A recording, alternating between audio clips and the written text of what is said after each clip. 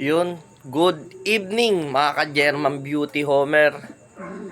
At ito yung pabuga natin na opal. Yan, mag-iisang buwan pa lang yan sa 29 nitong January. Anak ni opal ko na breed ko na 2023. Ay, 2024 breed.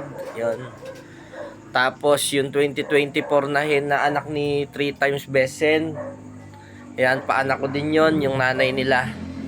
Anak ng Muller na 3 times best send ko. Ayan. Ito na yung anak. Ito, sigurado hen to. Hen na to. Ang tangkad oh. 29 days.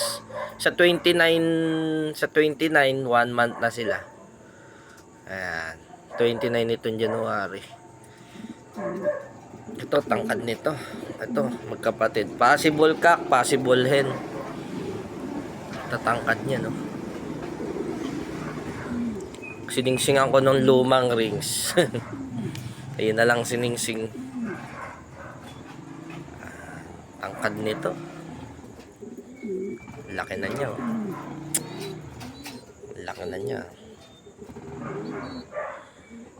Ito pa. Tangkad sila, mga ka-German. Tangkad niya, no?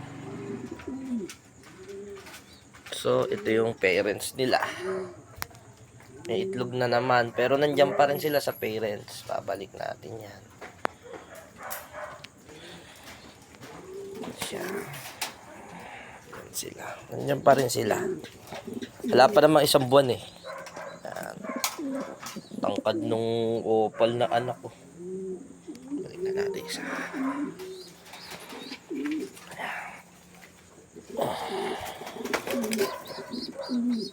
Yan.